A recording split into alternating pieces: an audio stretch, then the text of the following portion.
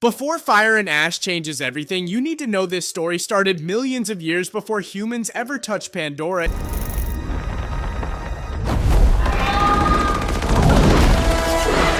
And here's where it gets wild. Pandora's story doesn't start with humans. It started 12 million years ago. And that's when the Na'vi first evolved, shaped by a moon that wasn't just alive, but connected. Every tree, creature, and breath contributed to Eywa, a planetary neural network that linked all life. Death didn't mean an ending here, it meant returning to the system. The Na'vi didn't write history, they sang it. The first songs passed knowledge through generations, anchored by sacred places like the Tree of Souls, where memories and spirits flowed together. Then came the moment that changed everything. In 837 BCE, a young Na'vi named Entu bonded with Toruk, the great Leonopteryx. No one had ever done that. Riding Toruk wasn't just bravery, it was destiny. Entu united the clans and stopped a volcanic catastrophe from wiping them out. That story didn't fade, it became legend, ritual, performance, proof that Pandora survives through memory. What would you risk to save your entire world? The strength of the ancestors is here.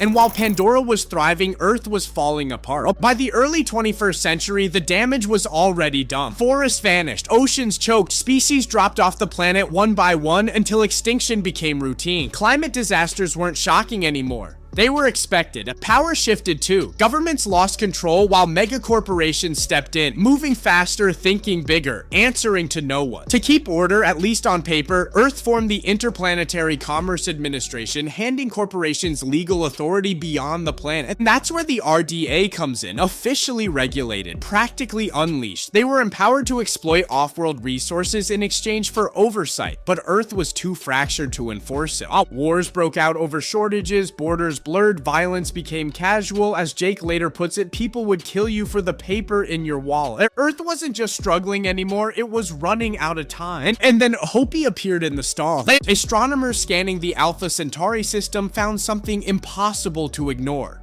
A lush moon orbiting a gas giant. Pandora wasn't just alive, it was overflowing with life. Early scans revealed something even more valuable buried beneath its surface, unobtainium, a room temperature superconductor, clean energy on a scale Earth had never known. One discovery flipped everything. The ISV Bradbury launched unmanned probes, sending back images of dense jungles, floating mountains, and alien skies. It was real.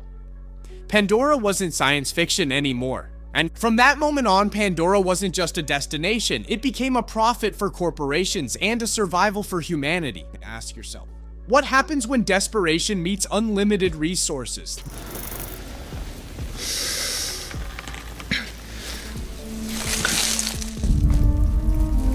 This is where the gamble became real. In 2119, the first human settlers reached Pandora and carved out Hell's Gate, a fortified outpost in a land that actively wanted them dead. The air was toxic. Every breath depended on an exopack, every failure fatal. Scouts pushed outward and reported floating mountains suspended in the sky. Stories so unbelievable that many back on Earth dismissed them as fiction.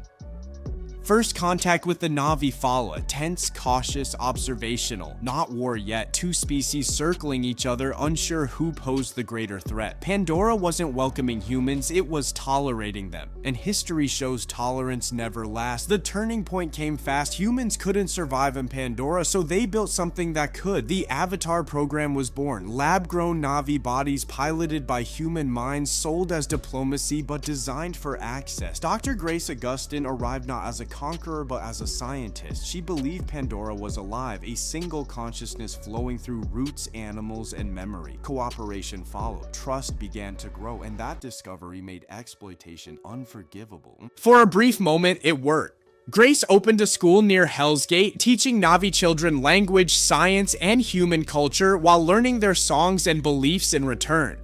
Neytiri and her sister Silwen grew up in that fragile middle ground where curiosity outweighed fear. Coexistence felt possible. Then mining expanded, RDA machines tore into sacred forests, and the students protested, small, emotional, desperate. The response was bullish. Na'vi children were killed, Silwen among them. The school shut down instantly. Grace was forced out. Trust didn't fracture, it collapsed. Neytiri lost her sister and inherited a future shaped by grief. From that moment on, the Sky People weren't teachers, they were enemies.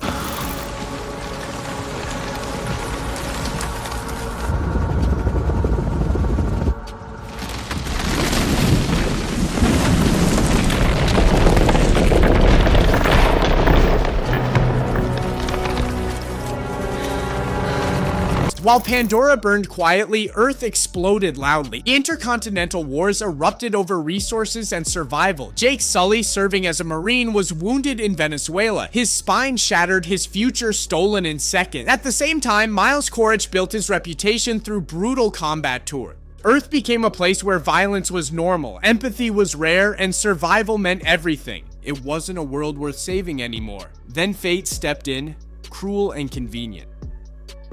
Jake's twin brother Tom, a trained scientist, was murdered in a random robbery, killed for absolutely nothing, and suddenly the Avatar program was in trouble.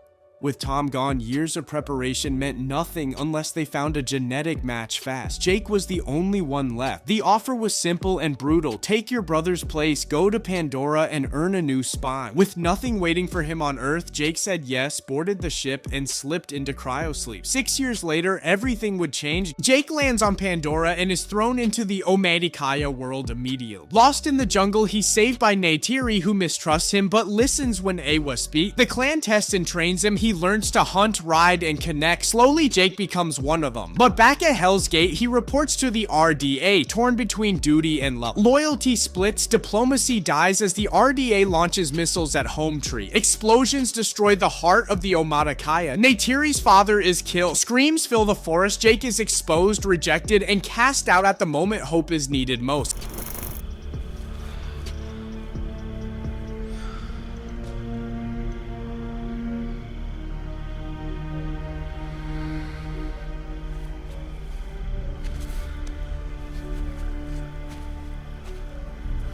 With your permission, I will speak now.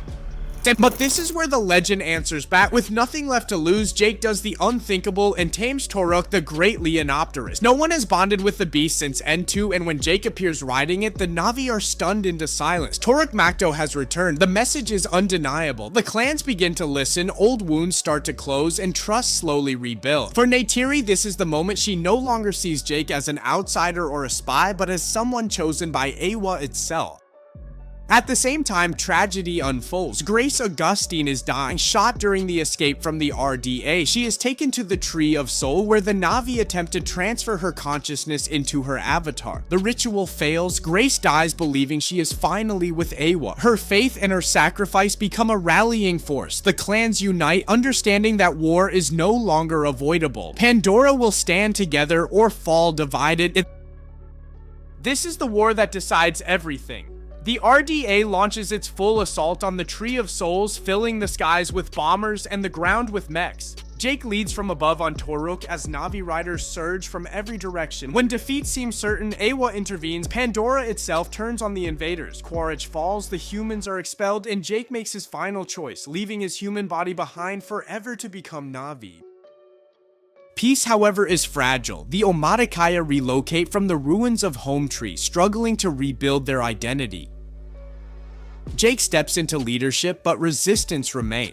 A rival challenges him in a ritual duel, an assassination hidden behind tradition. Jake is poisoned and nearly killed, yet survives without seeking revenge. That restraint changes everything. By choosing unity over punishment, Jake earns true respect, not as Toruk Makto, not as a warrior, but as a leader worthy of his people. Life moves forward. Jake and Neytiri build a family. Nedium first, then Loak and Tuk. Kiri follows, born from Grace's avatar, her origin a mystery even Eywa won't answer. Spider, a human child, grows up between worlds. Jake never fully trusts him, but keeps him close. On Pandora, family isn't blood, it's survival together, and that bond will soon be tested. A new star in the night. It could only mean one thing.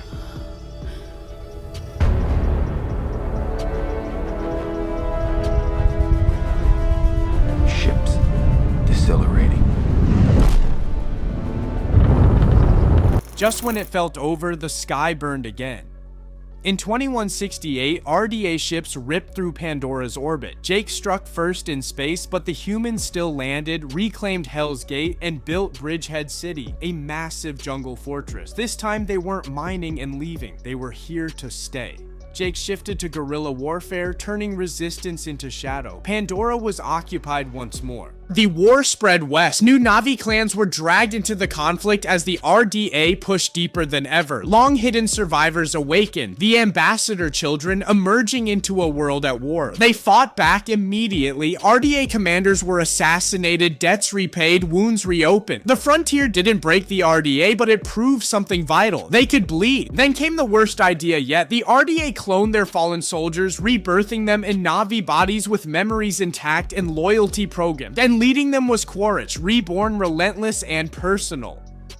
His mission was simple: hunt Jake Sully and destroy the symbol of Na'vi resistance. Death hadn't stopped him, it had upgraded him. Jake knew what was coming. To protect the forest clans, he stepped down and fled with his family to the Metkayina Reefs. Adaptation was brutal, the ocean unforgiving. The RDA followed, slaughtered Tolkien for Amrita, and tragedy struck. Nedium died. Even after Quaritch's defeat, spiders saved him. The war didn't end, it evolved.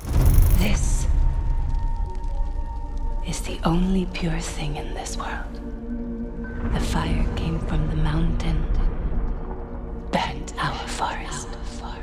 Now the battlefield expands again. Fire and Ash introduces the Ash people, Na'vi forged by volcanic land and fury. Led by Varang, who seeks power over balance, the war moves beyond forest and sea, becoming land, ocean, fire, and ideology colliding at once. Pandora isn't choosing sides, it's testing who deserves to survive. Pandora's story has always been about balance, between nature, power, and survival. As Fire and Ash approaches, every past war and sacrifice matters more than ever. The next chapter won't just decide Pandora's fate, but humanity's future too. So what do you think happens next? Drop your take in the comments, and if you're into deep Avatar lore like this, hit like and subscribe. There's a lot more coming.